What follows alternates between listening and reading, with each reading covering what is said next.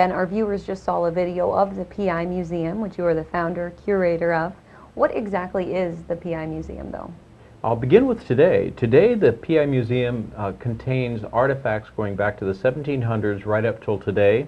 The physical enormity of the collection would weigh several tons if we were to put it on a scale, if we had one big enough. There are actually 5 cars in the PI Museum. This is a little known aspect of the PI Museum for most people to hear. So right now, I'm struggling with how I'm going to pass it forward to future generations through a board of directors and the nonprofit I set up. But it all started with an interior decorating decision.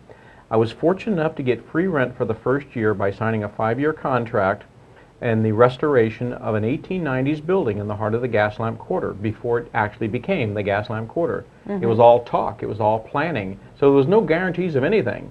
So I got my 3 offices, I did the sweat equity, fixing them up myself, and the one office on the corner had curved glass in it. I thought 1890s. The middle office had a glass panel in the door and a window sash next to it. It was like a veritable fishbowl right across from the elevator where people can't miss me. That's got to be 40s and 50s. Let's give the public what they expect. And then the third office, that's the one you can't see unless I invite you in. That's where all the technology goes on, the modern, contemporary side of the business. Now, are these artifacts in the museum, are they all things that you've collected from your own career or from other people's careers as well? All 3, actually. Well put, as a matter of fact. That's a good, astute observation on your part. I started out enjoying the fact that my clients preferred me to travel to other cities and other countries on cases that they wanted me to do for them, instead of perhaps saving a few bucks and hiring a PI in those cities or countries. So my wife and I were afforded basically the luxury of free vacations very often. So we would do the work, always do the work first, then we'd go out and have fun. We would hit the antique malls. And then with the advent of eBay, well, I've gone crazy on eBay. I had to actually write a contract and sign it to myself one time and stay off for 6 months, because somehow, we're very modest people, Jenna. We've never had a lot of money. Somehow, conservatively, we put over $500,000 in this collection. It is the world's finest, largest, most complete and extensive collection of detective, spy, and private eye artifacts anywhere on the planet. So fascinating, Ben. And now you have brought some items with you this morning. Now specifically, there's this little gun right here that I know. Well, it's not so little. It's a 5-inch barrel. It's not so little. You're right. Tell me about this gun, Ben. Well, that gun is very, very special and dear to me, because right here in your community, you had one of the legends in my profession. You had John Eck. He came from New Haven, Connecticut, where he basically had a machine shop, and during World War I, he basically earned his spot in world history by coming up with the very best fighting knife anyone has ever come up with. It was called the Eck Commando knife. President Roosevelt even had one on his desk, but all the fighting men had to have that knife. He moved his operation to Miami. He became very involved in the community, fighting crime. He became a licensed PI, Metropolitan Crime Investigators, that's what the sign is in the background here, and he basically set about going after the bad guys, and oftentimes they were politicians or dirty cops.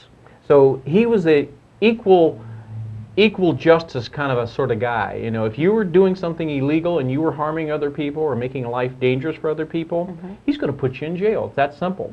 So he had a hobby, and his hobby was collecting historically important and significant guns from the Old West. Wild Bill Hickok, Wyatt Earp, Bat Masterson were some of the guns he collected. This gun actually belonged to Jesse James, and he scratched his name on the inside of the grips. If I were to take them off, you would see his name. It's the identical handwriting or printing that he had done on other guns that are in the museum having to do with Jesse James. So that gun is very, very important.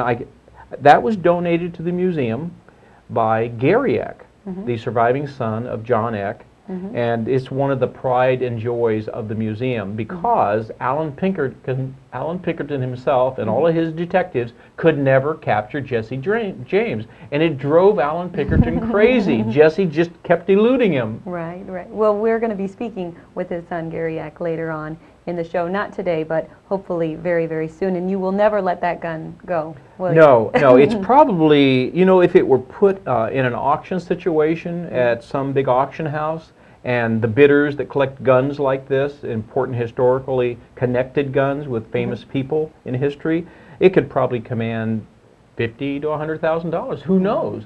The provenance is there.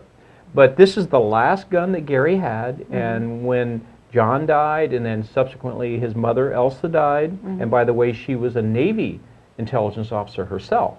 So the whole family was spies. Wow. And even Gary is in the congressional record as America's youngest spy because of some work he did that you're going to have to ask him about, having to do with a little place nearby, about 90 miles away, called Cuba, and Fidel Castro. Well, you have me so interested already, and unfortunately, we're running out of time this morning, but if our viewers want more information on the PI Museum, you can check out the website that you see on the bottom of the screen. Please give the phone number a call. That is your number directly, so any more questions, I know you'd be happy to answer. I would love people to contact me through email or my telephone numbers. They're all on my website. If they have anything they want to donate, I would love to put it in the museum under their name as the donor. And of course, if people want to join and support the work I do, it's all basically out of my own pocket for the most part. Thank goodness I made decent money and was smart enough to give it to my wife to invest in property in downtown San Diego. So I'm doing okay. But any additional money that comes in, it goes back into buying more items from the museum, which I'm merely the caretaker of. It's all going to be passed forward to future generations. So join with me and we'll pass on more. Wonderful. Thank you again, Ben, for being on. I'm going to take a quick break right now. I'll be right back. Stay with me.